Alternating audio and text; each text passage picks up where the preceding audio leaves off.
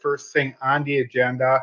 It's is the how do you pronounce the Cooper Ratch proposal? Yes. Is that correct? Yes, correct. Okay, and I did have a chance to review the background information that you sent. Thank you, appreciate that. And I'll just turn it over to you, Angela. Okay. Yes, we had several requests for garage funds. So every fall we take proposals in the month of November, and then we collect those late fall, early January, and then assemble them. And then Mark and I review them to see if they meet the program qualifications. And then we had these recommendations to bring forward to be approved by both the committee and then the board.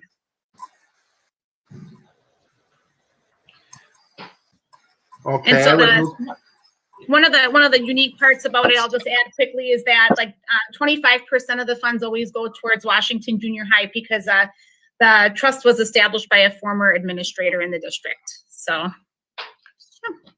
Okay. Did you send out a list of the items that were being requested? Well, I did, and I can put it on my screen here. I can pull it up here. It was attached today, and I should have sent it out by a separate attachment. I can pull it up real quick here. I did not see that. Yeah, and I apologize. I wasn't able to get it up. Mark, I don't know if you know the history of this grant. I was curious to know why Washington Junior High was singled out, to automatically get 25%. The donor used to be, I believe it's an administrator at Washington. Okay. And so that's how he and his estate had a special place in his heart, or their hearts, for Washington. Okay. So that's how they established it. Okay. Yeah, there's stipulations in that offering, I guess, if you call it, that require us to follow certain guidelines in order to use the funds. Right. So, and I have it set. I'll bring up. In fact, you have it. In fact, Angela, you had it attached, I think, to the. Yeah, and I didn't put it up till this morning. So. Right. Yeah. Yeah. But I know we've gone over this. We go over this every year, and then there's a certain amount we can distribute, and then the board just approves distributing the amount. That's what we do. So. And you should be able to see my screen now. This is the list of items. You'll have to enlarge it, Angela, for us to read it if you want to go up. But it is in board book, Dick. So if you want to go through board book, that document is in there. Okay. Yeah, that helps my eyes quite a bit there. You younger people always write things in small little letters. You don't realize that, when you get older. That's what they do to you. That's what those young people do to you. Anybody over, around 30 years old or so, yeah, they do that. And I can scroll up here a little bit. So for Jefferson Elementary School, stuff for their outdoor playground, some TVs for the hallways at Lincoln High School. Yeah. Playground equipment for Madison Elementary School. Some items for the Riverview Elementary School library. They noted on there just that what they kind of have left when the shifting of all the schools took place. They just wanted to get some things that were just work better in that space. And then for Washington, there were just some items here for the different departments and the outdoor garden and just general requests for the school overall. Okay. Generally, we see requests from Cooper Rosh as things that they typically would not buy out of their own budget. So there might be wishes, not needs. That makes sense. Yes. Yeah. Wants, not needs. So under the items, that could be included, the last item that's listed is other items that are cut from the regular budget. Now, I thought that term was pretty inclusive. So there are some things that they might request in the budget process, but that's turned down, and then they can go this route. Mhm. Okay, right? And within the amount that we're allowed to allocate, each Right. year. Correct. So And what is it's not the- like, what is- it's not like we can just use all the funds because we need them at one time. We have to Mhm. limit it to the amount that we're allowed to take out of it, so. and what is the annual allocation? The allocation for this year, based on the balance, was 13.5, and the requests on this document total up $13,061.19. The rest of the items that were in the request were larger cost items, so they didn't fit into the full. We wouldn't be able to put any more into that amount to make it work, Okay. to stay within the limitations. Well, when you and Mark look at all of the requests, it's what do you look for? How do you determine, it's what to move forward, and how do you determine what to say sorry? Yeah, I think, one of the main things we look for is that they meet the criteria. There were a couple of requests that covered items like bringing a guest speaker into the classroom, which is really good. And then we look and we usually work with the buildings on other ways that we can possibly make some of those experiences happen, or talk to the building leaders about how they could perhaps reevaluate their building budgets and see if they could pay for some of those items that are needed. So, Okay. yeah. Is this an opportunity, it's set up in a trust fund apparently. Is this something that would go on indefinitely, or is there a projected end in regard to availability of funds? That I'm not sure about when, the life of the fund and how much is it's, how long it's, I think around early 90s it was established, I want to say. I saw a document somewhere along the lines, but I'm not sure, if we project out, it would depend upon interest and all of those types of factors, how long it would. 1992, it was Okay. drawn up. And Okay. yeah, I mean, like any of the funds that for example, scholarship funds, it's all based on how much money is available, and whether or not that, I mean, depends on the market, where that money is invested and whether or not that grows. And, we did see some growth this last year in many funds. At least in, the last 6 months, there's been some good growth in funds, but prior to that, there was a drop in funds. So it's all a matter of what's available and how much we can pull out of it. So. Yep, and it's Yeah. limited to the 10%, so that helps too. So it's not like Right. a large amount comes out every year. Right. Dick, I would tell you that I think there's $135,000 in that fund. And if Okay. we take 10%, it's going to be a long time before that fund is gone. What ends up happening, however, that 25 years from now, 13,500 will be different money than it is today than it was in 1991 or two, right? I mean, that's the reality of those funds. If you only use the interest, in this case, 10% of that money, there will be $135,000 next year. If we have a 5% growth and they want to use 13.5, you're going to have 127.50, and then the next year and the next, right? So it'll stay for a long time. But I will tell you that we're very appreciative of just the opportunity that, even though it seems like a little, those staff members are very appreciative, because those would not be approved in the budget. Right. We would say, no, you're not going to get that kind of stuff. So some good stuff for us. Yes. Under number 5, when it refers to procedures, 5D says the principals and coordinators need to evaluate the request. Who are the coordinators?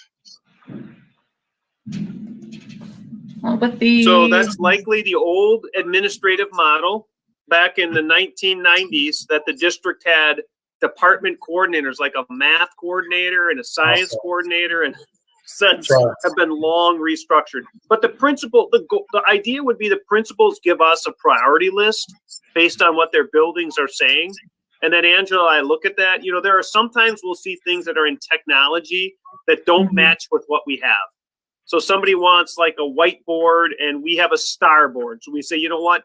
we're getting star boards, so we're not going to have, 100 boards like this and 2 of them like that. Somebody wants an iPad instead of a Chromebook or something like that. So sometimes you'll see that, but in general, we ask the principals to receive them. They create the priority list. Angela and I take a look at it. We generally have more requests than there's money. We try to facilitate it over all buildings that requested it, so everybody gets something that requested it. And then there's going to be some that just we can't do. Yeah. And finally, in number 6, it suggests, that requests are limited to 10% or 20,000 per year. It's whichever's greater. But the expenditure limit will not be a restriction for an exceptional project or cause. Have you ever had an exceptional project or cause? I would defer to Mark for that. I don't know of any instances. We have exceeded the limit maybe once or twice when I was here, but I don't know that we used it based on the exceptional cause. I think we used it based on what we thought was a positive, and if we couldn't cut it. We couldn't say you get only 3 of these for the project. You needed 6 in order to make your classroom work, and I think we just went with it. So Sure. I don't know that piece. Okay. All right. So as part of this process, the way I read it, the recommendations that you bring to us need to be approved by this committee, and doesn't make reference to the full board. It does not need to go to the full board, or has it in the past? It has in the past. Okay. All Yep. right. Yeah, we bring it out of our committee to the board for the board's approval. Okay. And All I just realized too, there was a longer version, which I provided you guys, and there was a shortened version too. So, basically all the same language. It was just a little more summarized. So, but it does go to the full board. Okay. All right. Very, very good. If there's no additional discussion, I would accept a motion to approve the recommended list. Yeah, I'll move to approve the Cooper Ratch proposal. Okay, and I would second that motion. All in favor? Aye. Aye. Okay, all right. Second item on the agenda is the cash handling policy. Yes, we wanted to bring this forward. There have been some changes with what's called GASB 84, with bringing many of what's called the activity funds onto the district ledger. So in the past, they were called Fund 60 funds, and they would be monitored by the school district, but they were truly fiduciary funds and not really, truly on the records of the district. But we're required to move them to what's called Fund 21.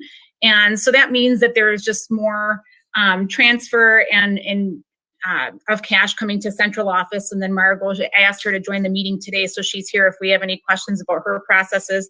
But the buildings will count, verify, have 2 points of verification, and then send money up to central office, and then she verifies again and then does the deposit. So it's really just an audit, safeguard, internal controls. We haven't had any concerns in our district, but we just want to put these policies in place so there are just smooth handling of cash. Okay, we have not had a cash handling, have we had a cash handling and deposit policy in place in the past? We've had processes in the district overall, but not a formal board policy. Not a policy. Yeah, we don't. Yeah, Richard, we've never had a policy like this. I mean, we have some that I think apply to different funds, but not how to handle it. Not this, which is specific to just cash, any kind of cash.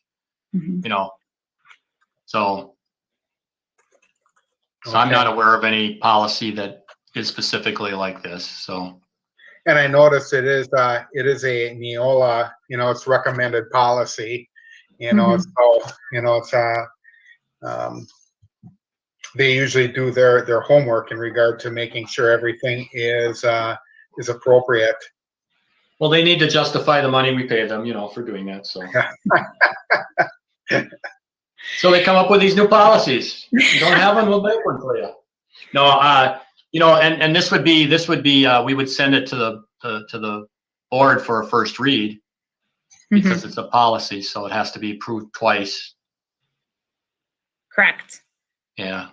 I mean, I don't see anything in there that's unusual, and we've not had any occurrence that I'm aware of any problems with it. So I don't know that we have that much cash. You know, when you look at the overall budget, cash isn't really a major issue for us. We do take in cash at various events and things, but. And a lot of times, oh, go ahead. Oh, go ahead. A lot of times cash will come in more at the beginning of the year, but we do have electronic means for families to pay for fees and food service and stuff now. So compared to what it used to be 10, 20 years ago, the cash is a lot less. Yeah. I do recall when I did take a school finance course at one point, and they would make reference to that there's more problems with activity funds sometimes than there is with the whole budget. You know, it's because you're dealing with cash and multiple people touching it and things like that. So I think it's, I read through the policy, everything, you know, that's described in there to me makes sense. Yeah. Well, you know, we could just eliminate cash just like Illinois just did with the iPass, right? Now, if you drive into Illinois on the toll roads, no more cash. Well, they don't have any cash tolls at all anymore. No, they eliminated them. You know, they eliminated them back in spring when COVID came around, and they're not going to reopen them. So what they'll do is, because they have those cameras, high def cameras that capture your license number. So if you don't have an iPass with you, the actual box, they'll just send you a bill, and you got to pay it in a certain period of time, and you just pay the amount. But yeah, no more having to pull over into those little things and dropping the coins in the. So, we're not there yet. That's a little bit of bigger operation than we are, right? I think so. Just a little bit. Do we need as a committee? Do we need to make a motion on this, or just take it to the board for? No, we should really approve it at our committee level, and then Right. bring it to the board for the first read. It's just going through this committee as opposed to maybe going through it as other policies might go through different committees. So I would Right. move to approve the policy as it's written. Okay, and I would second that. All in favor? Aye. Okay, great. Thank you, Angela. And next item I have is board report feedback. What is and you know, Margot always does a great job putting together our board reports, and I'd asked her to just experiment with some changes to put like the percentage comparisons from the previous year. And we saw that in the last report. I had hoped to mock up something for today's meeting, but wasn't able to get it ready in time.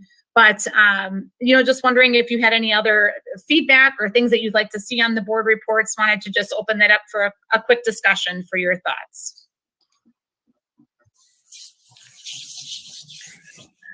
I know that in the past, you know, it's when Sean would present, you know, the finance, you know, information, you know, and budget information, there typically wasn't a great deal of discussion, you know, it's by the board, you know, I'm not sure if it's because he provided all the information and everything was very clear, or if the board was overwhelmed with all of the information that was presented sometimes.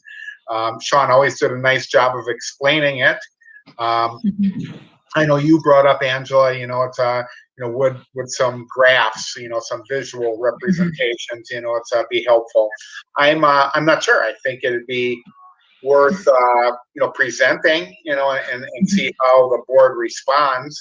If you know, if it's not real clear, or if it's something that's not necessary, I'd hate to see you go through the extra work. Sure.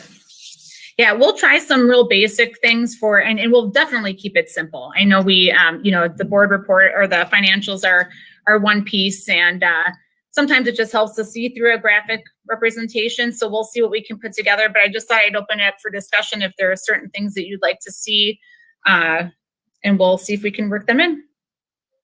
Well, I appreciate the reports we've gotten, and I've been around, you know, back to Ken's reports, which they're very similar to it. I can tell you that being on the county board, the school board's reports are much easier to read. I mean, Okay, good. much easier to follow than what we have at the county board level. Mhm. And, the budget is a similar size. Mhm. But it's much easier. And I would hope it wouldn't change too much. No, definitely Just- not. And Just then stay away Margot from doesn't, that bad font that Sean had about a year and a half ago. oh, what's that? They changed the reports and he came up with this font that was really hard to read. And Oh, it was the really? program. It was the program doing it and they fixed it somehow, but we went through about 3 or 4 months of that. Uh-oh. Yeah, and that was trouble. And I can't take any credit for assembling the reports themselves. Margot, who is also in on the call, she, I have to give her credit for that. So we thank her for Good. that. And No, they're really good. I like them. And I go through them. So I'm someone who actually reads them and follows them. And I have no problem with it at all. So I like it. well, we'll give it a shot. And if you have any feedback, please feel free to throw it our way. So. Okay, should we? Okay. Yeah, if you want to move on to 2021-22 budget work. Yes, Mark and I met yesterday and he was going to do a screen share with some enrollment projections that we had talked about. Overall, we're in the beginning processes of starting to put together the budgets for next year, just looking at enrollment projections. We're going to start sending out, I'll be working with Margot. She works with the buildings to get preliminary budgets from them.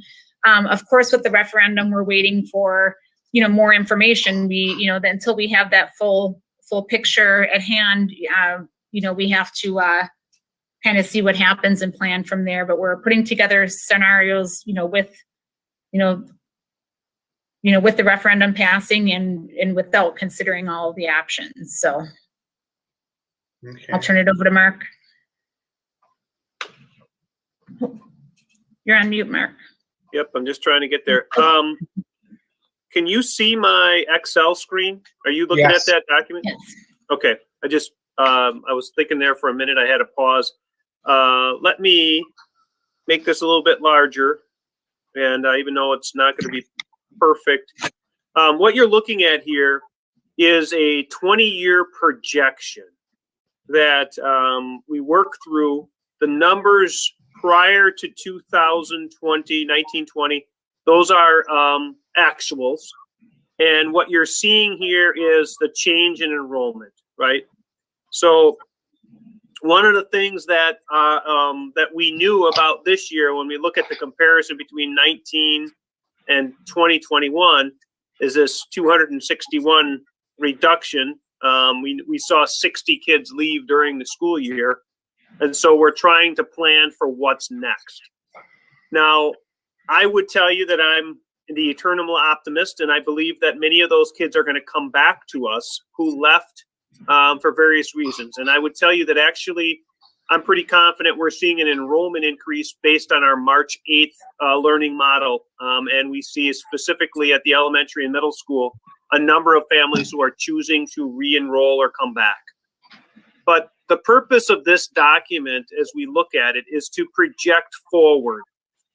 And what we know historically is that we see growth in certain areas, and that's what this chart does, is it moves kids. So this year's class of, this would be kindergarten, it moves to first grade, right? And it moves to second grade, and it moves to third grade, and it moves to fourth grade. And so that's how this is put into place. And we've used that over the years.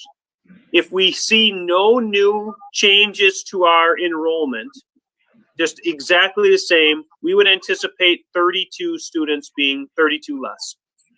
And when I share with you about 32, right, if we had 13 grades, 4K, or 14 grades, 4K through 12, that would be 2 per grade, give or take, right? That's 28 kids. Not going to change anything we do. But the reality is, if we're reimbursed at the rate of give or take $10,000 per kid, 32 ends up being a significant amount. If we spread that 32 over the next 5 years, we see that that number becomes 120 reduction estimated over the next 5 years. Now, I think this is going to change. I honestly do believe that we're going to have some changes based on kids coming back.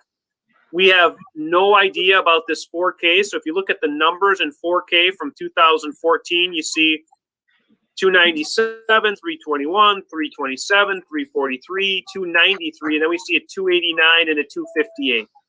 I don't know what those numbers will be. You know, historically, we saw some projections. So here would be another estimate that we use. This shows the difference between 4K and 5K. So historically, let's just take this year, 2017-18, we had a large 4K class. Well, we also saw a larger 5K class. And so what we've seen over the history of since 2010 is about 17%, 18 students increase from 4K to 5K.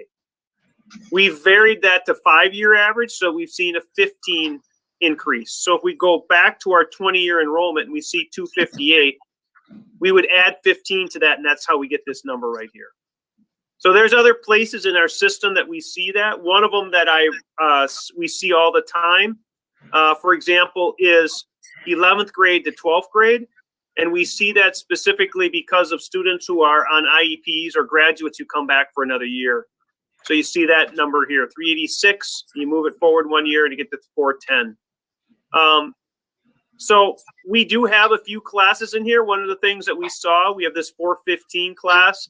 We saw it drop to 410 and now the 390. So in this 7th grade class, in this current year, we did lose 20 students. And many of those we lost were in the middle of the year. So again, we don't know for sure what we're going to see moving forward. We're optimistic that we're seeing some of those students come back, but I just kind of wanted to give an idea that we use these trends to try to help build our budget for what's to be. And the other factor that's not in there is summer school. And, we've had a very robust summer school. And although there comes with expenses with that summer school, we also are reimbursed by the state on our third Friday count. 2 years ago, I think that number was 180 students. Does that sound right, Angela? 180 Yes. students. Last year, I want to say that number was 18. So if we can get back to 180 students in summer school, when I say 180 students, that's the FTE equivalent, that will help us. But one thing that we know is that enrollment is based on a 3-year average. So 1 year of reduction really is 1/3 of a year of reduction. So the example I would give you is if we lose 100 kids, we don't lose them all in 1 year. We take that 100 and put them in an average, and then you lose them over 3 years. So that reduction to our enrollment is going to stay with us for 3 years, even if all the kids come back next year. That's just a fact. They'll be in our classrooms, but our funding won't be full until 2 more years after that because we average 3 years, and last year or this current year's low enrollment average will be in there. So that all goes into the budget, and that's why there's so many variables. Like, we're going to guess based on what we see right now rolling forward. That's all we're going to do is take the kids we have and roll them forward. We do the 4K enrollment. Hopefully we'll see those students and families come back. We'll communicate with all the families who chose to leave and see if they want to come back. And then hopefully we'll gain, 30 kids instead of lose 30, right? That would be a plus 60 for us as we are right now. And the governor has proposed some changes to that declining enrollment calculation, but whether or not that the legislature will accept that is another story. So that could factor into it. But as of right now, yeah, you're right. We've got the declining enrollment, and it's gonna be detrimental to our budget for a period of time unless changes are made. Yep. He's also proposed changes to the base calculation, from 94. So again, there's not talk in the legislature of accepting those changes though. So that's the challenge. He can ask for anything he wants, but yeah, I was with a group of legislators yesterday, and they did feel like there was going to be resources for public education. They didn't commit to anything. Sure. And I articulated things like, the amount of money that we transition from Fund 10 to Fund 27, our special education fund. And if you reimburse the school districts, if you want to do something across the state, provide more reimbursement for Fund 27, we'll be able to then reduce Fund 10 that we have transferred and use that money to, you know, pay for our current increased expenses. And I did say, you know, there are other states that have many different models, but a 3-year average is good when you are seeing no or little growth. It's bad if you see really quick growth, and it's not very good if you see decline, right? So one model could be a 5-year average, right? You could say, hey, let's look at it over 5 years. That's so the ebbs and flows don't move as much. And again, that's just trying to give us some consistency, because the challenge that I keep telling them is, I don't know how much money you're going to estimate in how much you're going to give public schools, if any. And I have to have a budget plan prior to you getting it done, right? That we know likely that governor's budget proposal going to the fiscal bureau and coming back out, we're probably looking at June before we hear anything. And I would say our group after referendum is going to have to go back and look at, you know, is the referendum passed? Is that going to be part of our budget? What our enrollment guesses will be? And we're going to have to move forward with a preliminary budget. We just can't wait until June for them to be on target. So that'll be our challenge. Yeah. I'm curious, Mark, if they increased funds, you know, in Fund 27, would they back down then on that maintenance of effort requirement? Well, no. What they would likely do is provide a larger percentage of reimbursement. So let's say right now they're reimbursing at 58%. They might commit to 63%. And so the you know, if Manitowoc, and I use that as a loose number, so I think the number in my head says Manitowoc transitions, I don't know, I want to say, you know how much we transition from Fund, Angela, from Fund 10 to Fund 27? Not offhand, Margot. It's millions. Yeah, I know it's millions, right? So if they give us 3% more, the maintenance of effort is there. The state is just reimbursing us at a greater rate. Mm-hmm. That then means that we can reduce the amount we put into that and use that Fund $10 to pay for supplies, continue to provide maintenance and projects, to provide staffing and students. Even if it's 3% reduction for us, if we're putting $4 million in, that means we get to put 97% of $4 million in, right? So we're going to get $150,000 more that we could use for something else. And that's the same with every school district. But it's, yeah, the maintenance of effort will stay there. It's just the state will provide larger percentage of that money than the school districts.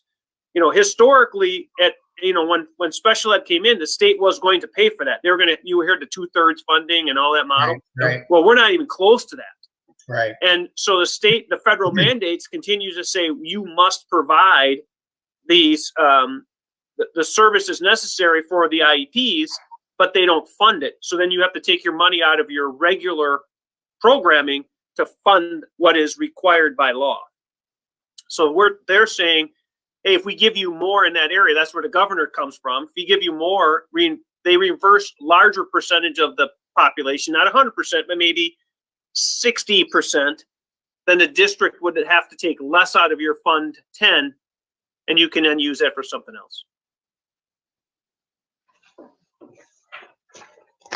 Any questions on enrollment projections or anything you're wondering about in that realm? That was my piece. I'll turn it over to Angela. Oh.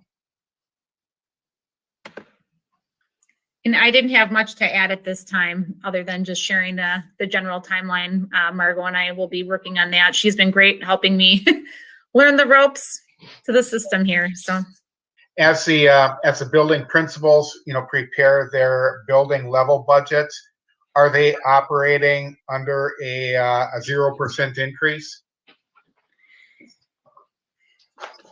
Well, it's going to be 0 or negative. One. Yeah. Okay. Okay. So Yeah. I mean, it's possible we give them a small reduction, like a 5% reduction, but right now we're working on a 0. But it's possible I pull back some. Okay, And we provide what their spending was last year in the category so they can evaluate, how the year sort of unfolded this year and in the past and make adjustments. And so they're able to have a say in their budgets. So at the building level. So that is a nice thing for them. okay, great. All right, agenda item number 6, referendum check-in.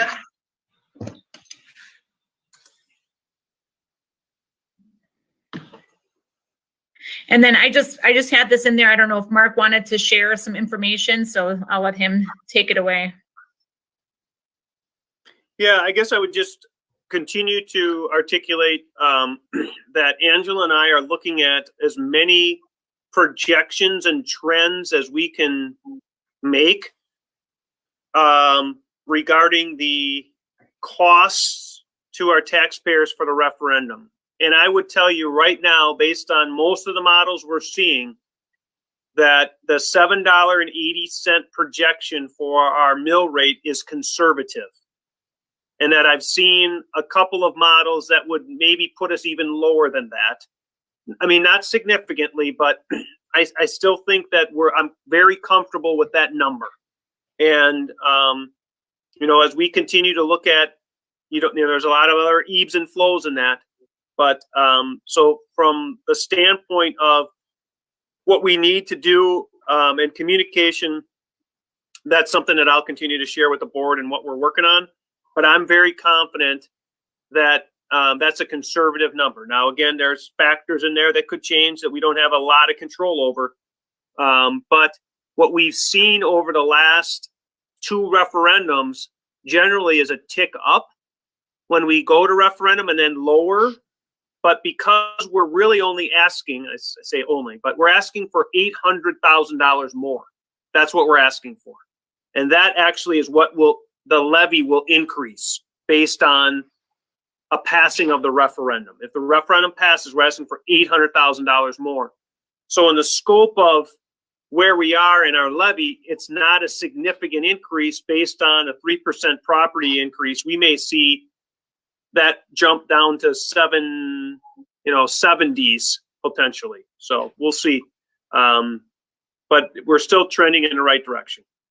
And if some of the governor's proposals are accepted, that will be favorable to that rate because that will increase our state reimbursements, which has been the driving force is that, base that we're at from 94. So that would be helpful. Now, I haven't seen any significantly negative messages in the public up to this point, which is a good sign. It means that obviously there are people that are going to vote no. There are people that just would vote no regardless of what message you bring them. But I'm not seeing any planned attacks as we had at our very first referendum by anybody against it. I think if we educate them, if we tell them, this is why we're doing it, send out a positive message that this is why you should vote yes, I think we'll be all right. At least to this point, it seems like we're okay. I was a little worried, but we only got a month to go, and there hasn't been much out there. That's a good sign. Yeah, we have I have a final draft I'll get tomorrow or Thursday for the flyer that's going to go out to a mailer. I guess I'm going to say flyer, mailer, and that will go out just communicating some facts. We've got those 3 dates on that mailer. We'll send those out. That'll be in the next 2 weeks, the 11th, the 24th, and 16th, I think. So again, I think we have a positive strategy. I've had numerous communications with our internal and external groups. So that's been positive as well. So again, I think we're just kind of working through communicating, and I'm on the radio on Monday. So we'll celebrate our full back to school. Talk about we have hundreds of teachers and employees getting vaccinated on Thursday and Saturday. that went off well. So we'll share that with folks and then talk about the facts in a referendum. So again, just another opportunity to do that. So, we're communicating, and I think we're on point as to, I think this committee made a good decision. I'll be honest, we didn't ask for enough. We need more than what we asked for, but I think people understand that absent a referendum, we're in bad shape. And I heard, I was in a committee yesterday with local legislatures, and Denmark was there. Denmark's asked for $900,000, right? And they said, listen, if we don't get $900,000, so I think they asked last year, Denmark's, 1/5 our size, 1/6 our size. We can't make it happen. Like, we are in big trouble. So, Reidsville's going to referendum. Howard Schwamico, Ashwaubenon, 150 school districts over the last calendar year went to referendum. And I wanted our legislators to hear that, because obviously something's wrong if 150 school districts out of 420 have to go to referendum in 1 year. You could probably do some data on what it looks like over 3 years. And there's probably not many school districts whom aren't going to referendum. And the ones that aren't are spending in the top 10% of per pupil, because they already have the money. So some challenges there. But yes, I'm hopeful. And again, if there's any information you're looking for me or something I can do to help, let me know. Well, you don't even get to vote, so. Well, I voted twice. Yeah. Well, we'll try that. I sleep here at night. Does that count? Yeah. Was I supposed to put that in the minutes, Mark, and the board report? Yeah.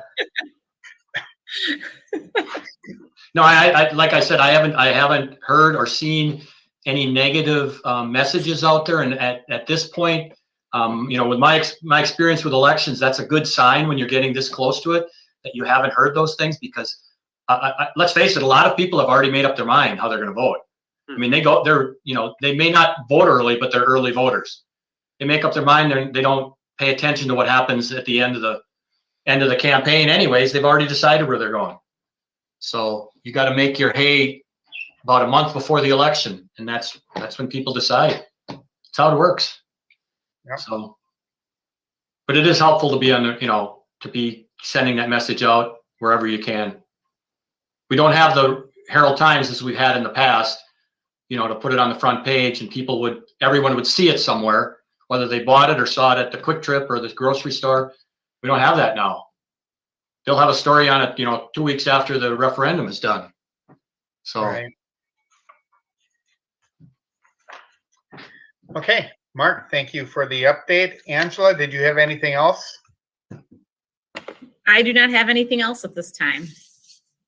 Okay, if not, Thank you both. I'll accept a motion to adjourn. I'll make that motion for you. How's that?